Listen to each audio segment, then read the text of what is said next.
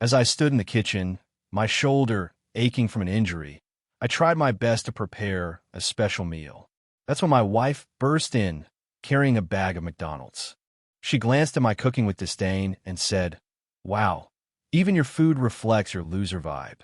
She then turned to our daughter and insisted, "Sweetie, promise Mommy you'll never settle for someone like your dad. Some men just aren't meant to win." I silently packed away the anniversary dinner I had planned and watched them enjoy their burgers, saying nothing. Today, my phone lit up with 13 missed calls from her, but something shifted in me yesterday. I need to share my story before it overwhelms me completely. Eden and I have been together for 12 years, and we have a beautiful 6-year-old daughter, Poppy, who's my everything. For the past decade, I've poured my heart into providing for my family. I've held down a steady job, nothing grand, but enough to cover our bills and maintain our cozy 3-bedroom home in the suburbs. I've never missed a mortgage payment, never uttered a complaint about the endless hours at work. 3 weeks ago, though, I injured my shoulder, tearing my rotator cuff partially. The doctor told me to wear a bulky brace, limiting what I can do, both at work and home. The pain hasn't been a laughing matter. I've been downing ibuprofen like they're candy and sleeping upright in the recliner because the very thought of lying flat sends searing shots of agony through my shoulder. Yesterday marked 12 years of our journey together, a milestone I wanted to celebrate, despite the stormy seas we've been navigating.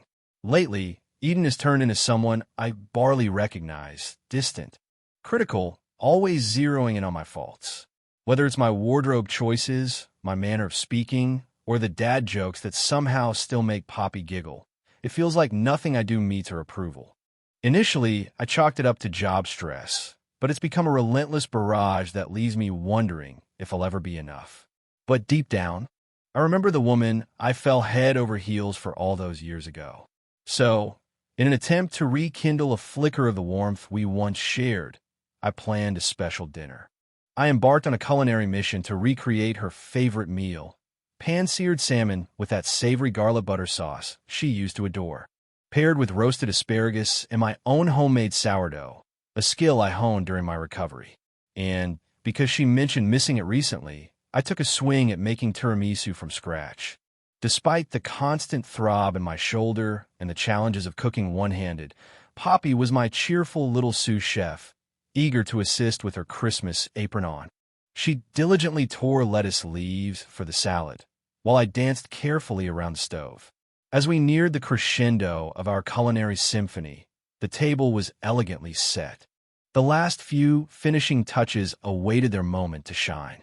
Like it's trying too hard. For tonight, I had set the stage for something special. The dining table was adorned with our fancy plates, the ones reserved for occasions that never seem to come. Candles flickered warmly, casting a gentle glow over a beautifully wrapped gift box. Inside were simple silver earrings, a treasure I'd secretly saved for, poised beside her wine glass. By 6:42 p.m., the familiar rumble of Eden's car reached my ears. Relief mixed with frustration. She was nearly an hour late, and I hadn't heard a peep from her. The salmon, meant to be the highlight of the evening, was now resting far longer than ideal. With the front door slammed, my hopes for a heartfelt welcome fizzled.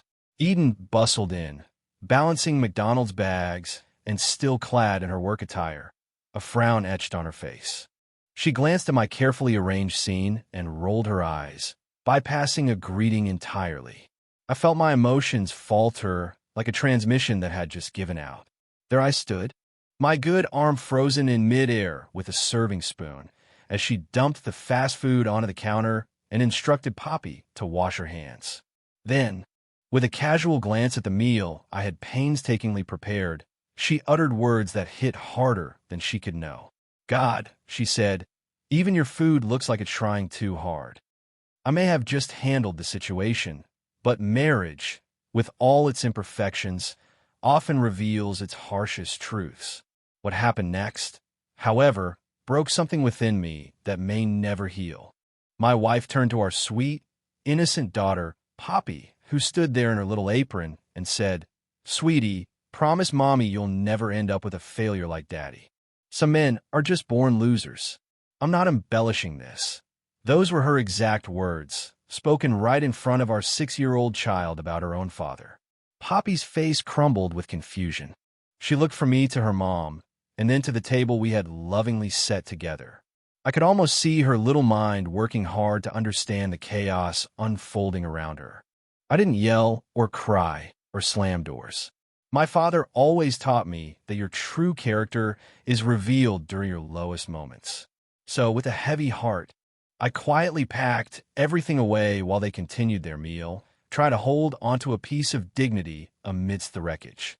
Eden was lost in her phone, barely noticing the world around her. Meanwhile, Poppy toyed absent-mindedly with her Happy Meal toy, the candles flickering weakly until they finally surrendered. After dinner, I found myself cleaning up the remnants, extinguishing the candle's last glow and retreating to the solitude of my truck in the garage. For an hour, I sat there, breathing through the whirlwind of rage and heartbreak that threatened to consume me. When I emerged, Eden was glued to some reality show, her eyes never leaving the screen. It was as if I were invisible. I gently took Poppy upstairs for her bath and the nightly story we shared. My precious girl clung to me a little tighter than usual, as if she sensed that something was terribly amiss. Most of my night was spent on the living room couch, my gaze fixed on the ceiling, the events of the past 2 years playing on a relentless loop in my mind. The mounting resentment, the vacations taken separately, the way she turns away when I walk into a room. Her nights out have become frequent, her colleagues' names never familiar, always changing. This morning, as if nothing had happened, Eden prepared her avocado toast, ignored my presence, kissed Poppy goodbye, and stepped out the door without a backward glance. Just another regular Thursday, it seems, or at least that's the act she perfected. I decided to take a day off, and after dropping Poppy at school, I found myself sitting in the parking lot, feeling utterly lost. It's been 6 years since Dad passed away, but I could almost hear his voice reminding me that there's a fine line between being patient and being a doormat. With that thought in mind, I made 2 crucial phone calls. The first was to an old high school friend who's now a divorce attorney, and the second was to my sister, asking if Poppy and I could crash at her place for a few days while I gather my thoughts. I'm not making any hasty decisions, but yesterday marked a boundary that was crossed beyond repair. You don't turn a child against their father. You don't break someone who is already wounded, especially not someone you once vowed to love. I'll be picking up Poppy early tomorrow, and we're going to spend the weekend at my sister's house while I figure out what comes next. Eden is still in the dark about all this. She'll come home to an empty house and find the note I've left behind. I'm typing this with my good arm, my thumb cramping from hitting these tiny keys. But somehow getting it out helps. There's this nagging voice in my head saying I'm falling short in some way. Maybe I could have aimed higher, fought harder for promotions, taken more daring leaps. But when I pause and reflect, I see a devoted father and a loving husband. I didn't deserve to be humiliated like that, especially in front of our daughter. My shoulder aches, a constant reminder of how much I've sacrificed, but it's nothing compared to the heartache I feel when I think about how this will affect Poppy. This isn't the update I envisioned sharing on our 12th anniversary, yet here we are. Apologies for the text dump. I'm not even sure what I'm seeking here. Guidance, reassurance. I just needed to release this before it consumes me. It's been 16 days since the McDonald's incident. Living under the same roof for 16 days with someone who sees me as nothing more than a breathing disappointment was tough. But spending a weekend at my sister's place with Poppy turned out to be exactly what we both needed. It was 2 glorious days of baking cookies, watching cartoons, and enjoying the wonderful feeling of being free from insults. For once, nobody called anyone a loser. The moment we arrived, my sister Jen could tell something was seriously wrong just by looking at me. After Poppy went to bed, I confided in Jen and shared the audio recordings I'd discreetly taken on my phone during heated arguments. Eden's gaslighting had pushed me to start recording evidence a few months ago, not because my memory was failing, but because her version of events twisted the truth beyond recognition. Seeing Jen cry and then get furious after listening was heartbreaking. She immediately demanded to know my plan. If I'm being honest, I'd love to say I handled the situation perfectly after that night, but the reality is I nearly impulsively texted Eden to announce I wanted a divorce and then blocked her number. There's something about unbridled rage that clouds judgment, but I kept hearing my dad's wise words playing in my mind. Preparation beats provocation. That mantra was my anchor, preventing me from acting recklessly and reminding me there was a better way to navigate the storm. Every single time, my son, it feels like an uphill battle. So instead of tearing everything apart right away, I returned home Sunday night with Poppy, pretending as though nothing had shifted in our world. Eden was glued to her laptop when we entered, barely acknowledging us. Not a single question about our weekend, not even a warm embrace for Poppy. The only words she spared were to inquire if I had picked up her dry cleaning. I hadn't. Am I wearing a shoulder brace? Clearly visible, wasn't enough of an excuse. That night, I decided it was time to organize my thoughts and actions. On Monday morning, I took a crucial step by opening a new bank account at a different institution. I transferred half our savings there, just half, and no more, documenting everything meticulously. I updated my direct deposit information at work and made copies of all our important documents, financial records, birth certificates, property documents. These were mundane but essential tasks. During my lunch break, I sought guidance and scheduled a video consultation with a therapist who specializes in helping children through divorce. I sat in my truck for the session, and she offered invaluable advice on how to support Poppy without speaking ill of her mother. That was by far the toughest challenge in this journey. I must admit, Wednesday was the most difficult day of all. I found myself at Eden's parents' house while she was at work. Her mother prepared coffee as her father gave me a scrutinizing, silent gaze. These were good people who had brought up a daughter I could hardly recognize anymore. I showed them the recordings and shared screenshots of the texts Eden had sent over the past few months. Her father's hands trembled as he set his mug down. They asked if there was any hope for reconciliation, perhaps through marriage counseling. In response, I simply played another recording from 2 months ago when I had suggested just that. Eden had laughed, dismissing the idea, saying she didn't need anyone to tell her she had married beneath her potential. The expressions on her parents' faces told the whole story. And then came an unexpected moment. Eden's mom looked at me directly and asked if I suspected there was someone else in Eden's life. I hadn't planned on addressing that possibility and didn't want to appear as the resentful husband grasping for justifications. The question hit me like a bolt of lightning, unraveling threads I hadn't dared to tug at before. Those endless nights she spent at work, the mysterious weekend retreats, and her sudden decision to put a password on her phone last month after years of keeping it unlocked. That night, while Eden was in the shower, curiosity got the better of me, and I picked up her phone. I get it. Snooping isn't a good look, but marriage blurs the lines of privacy in ways other relationships don't. After all, she's been using my fingerprint to unlock my phone for years. What I discovered wasn't the blatant proof of betrayal one might expect, but in some ways, it felt even worse. There were countless messages with her boss, Jake.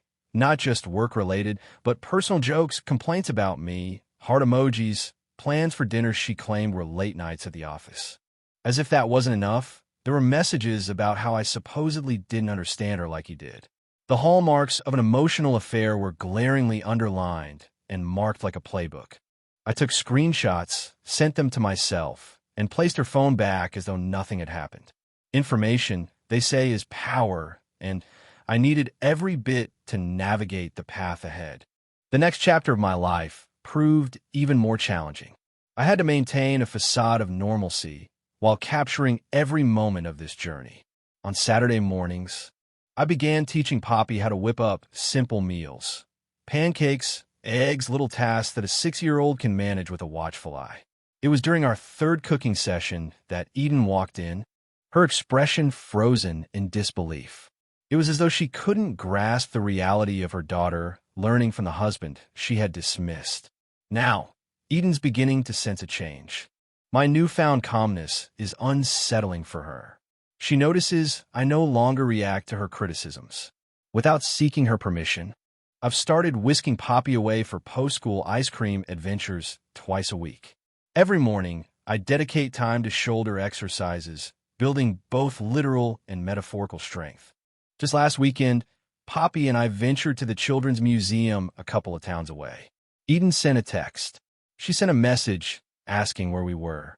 But it took me 6 hours to respond with a simple, just out for dinner. Her reaction was a barrage of 17 texts, each one more intense than the last, moving from annoyance to outright threats. I shared these messages with my attorney the next day. He merely nodded and added them to the growing file. Quietly, I've been reconnecting with mutual friends, people Eden had gradually distanced me from. It's nothing dramatic, just sending a message here and having coffee there. I'm not doing this out of spite or for revenge. I simply want to rebuild my support network. It's surprising how many noticed shifts in Eden's behavior, but didn't know how to approach the subject. Meanwhile, Eden's behavior is escalating. She's growing louder and more overtly aggressive, almost as if she's trying to push me into making a foolish mistake. Just last night, during dinner, she accidentally knocked my water glass onto my phone. The tension seems to be mounting, and I'm doing my best to stay calm and collected. As I quietly tidied up without a fuss, I noticed a flicker in her eyes, perhaps fear. It seemed she realized her usual tricks were failing her today. This morning, I met with my attorney before heading to work.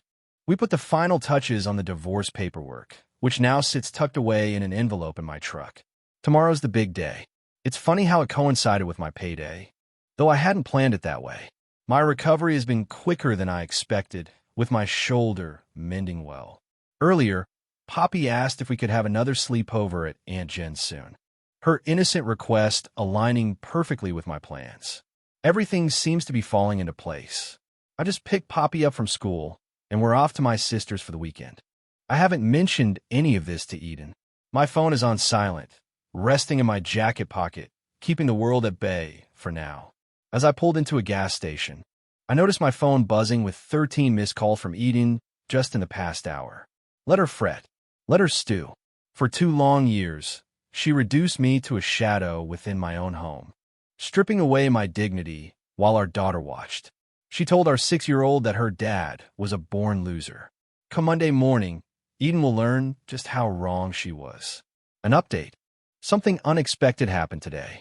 While I was flipping pancakes in our cozy new apartment, with Poppy laughing at Saturday morning cartoons, it hit me. I couldn't recall the last time my shoulder ached. My physical therapist had warned that the road to recovery would be long. But amid the chaos, the pain slipped quietly into the background, much like my marriage once did. It's been 53 days since I left those papers on the kitchen table. 53 days of what my father would have called reaping what you sow. Honestly, I'm still trying to wrap my head around everything that happened. When we last left off, I had whisked Poppy away to my sister's place for the weekend without a word to Eden. Those 13 missed calls? They were only the tip of the iceberg. By Sunday night, my voicemail was maxed out, and my inbox looked like a keyboard had gone haywire. It was mostly furious messages in all caps, dripping with confusion. Then came the predictable roller coaster. Threats, guilt trips, sudden outpourings of love. Rinse and repeat. I chose to stay silent through it all. By Monday morning, routine kicked in as I dropped Poppy off at school. Her teacher, pulling me aside, noted how Poppy had been quieter lately. I shared that we're navigating some family changes. She gave me a look that only seasoned teachers have, the kind that says they've seen this all before. Then she discreetly handed me a pamphlet about helping children through divorce. Moments of kindness like that hit differently when you're barely holding yourself together. Eden had claimed she was off on a girls' trip that week, but I eventually discovered the truth. She was actually spending a romantic weekend with Jake at a secluded cabin upstate. The truth slipped out thanks to the mismatched location tags on Melissa's Instagram stories, a rookie mistake considering their supposed wine-tasting weekend.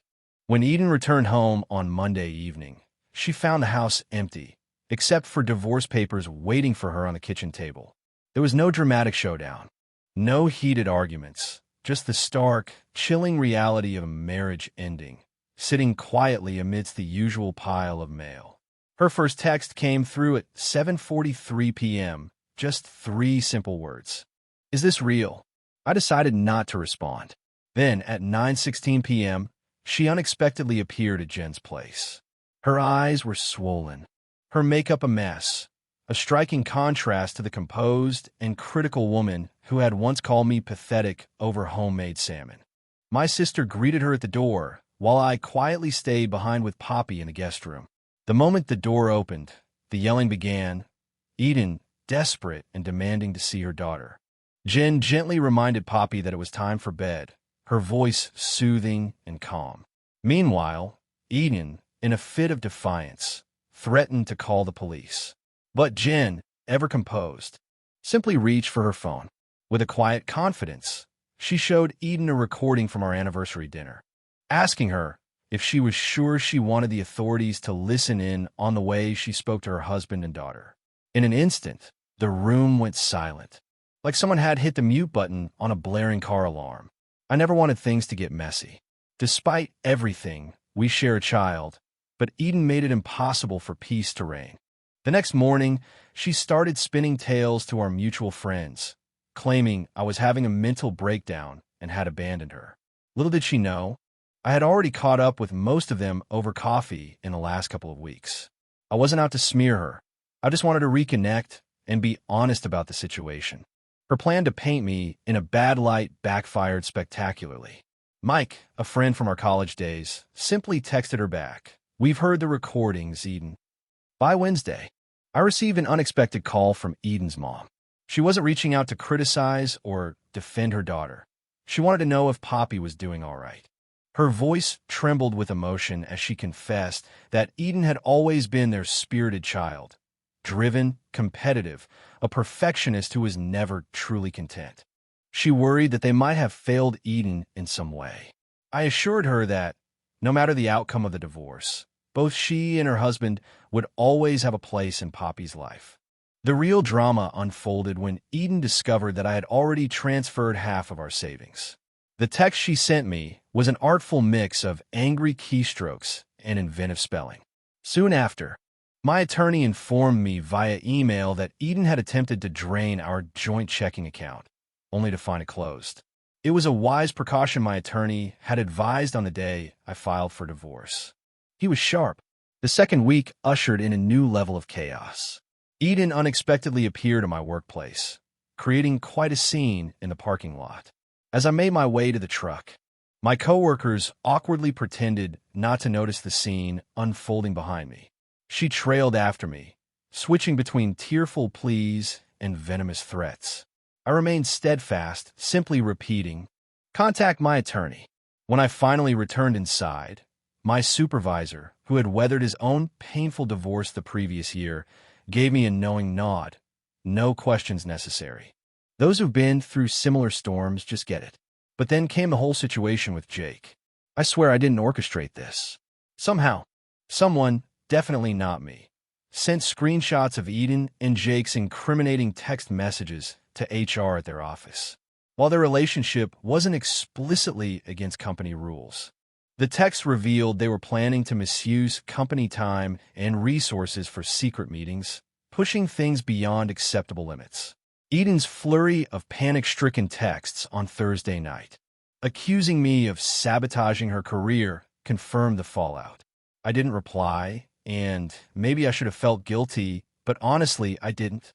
The most challenging part was guiding Poppy through the situation without casting her mother in a negative light. The child therapist advised us to stick with straightforward, honest explanations. We told her that Mommy and Daddy weren't getting along and needed to live in separate homes for a while. Poppy's biggest worry? She wanted to make sure she could keep her beloved stuffed bunny collection at both places. Children have this incredible ability to bounce back when adults don't pull them into the chaos. By the third week, Eden had moved to desperate tactics. She started with elaborate gestures, trying to win me back. Flowers were sent to my door, but I returned them. I erased a voicemail from Terry reminiscing about why we fell in love, and a handwritten letter about going to couples therapy ended up with my attorney. When those attempts failed, Eden switched to using Poppy as leverage. She suddenly assumed the role of supermom during her visitation days, showering Poppy with extravagant gifts and weaving tales of us all being together again. The therapist had warned me this could happen. By the 5th week, Eden hit rock bottom. At Poppy's spring concert, she turned up late and was visibly tipsy, attempting to make a scene. It was a scene meant for the family section, with everyone nestled together. But when the teacher gently redirected Eden to an empty seat in the back row, it all fell apart. Her wails echoed through the room, drawing glances from several parents who turned around in surprise. Then there was Poppy, her expression crumbling when she saw her mother being led away by the vice principal. The memory of that look still haunts me on restless nights. Negotiating our settlement began last week. My attorney sat across from Eden's, articulating our terms with a calm yet firm demeanor. We proposed a fair division of assets, shared custody with well-defined boundaries, and child support tailored to our income disparities. Nothing harsh or unreasonable. Yet, each reasonable offer was met with a refusal. In a final move, my attorney opened a folder and spread out a collection of evidence on the table.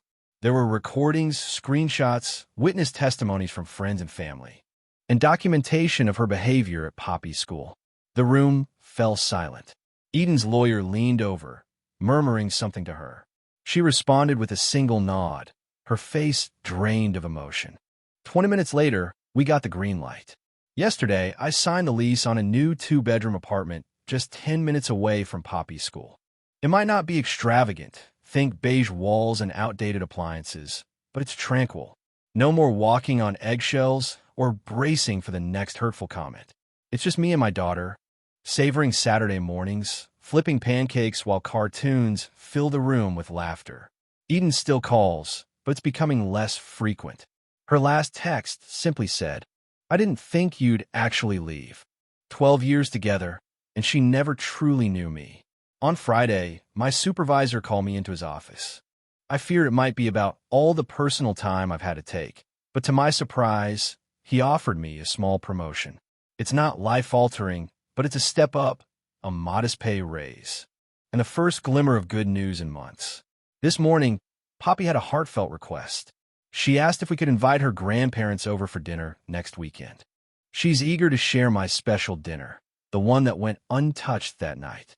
I'm gearing up to cook that special anniversary salmon once more, and this time, it's going to get the appreciation it truly deserves. Life has a funny way of surprising us, doesn't it? Eden once thought I was destined to be a failure, but it turns out I was just stuck in the wrong marriage. Now that I've broken free, I'm ready to savor life's flavors anew.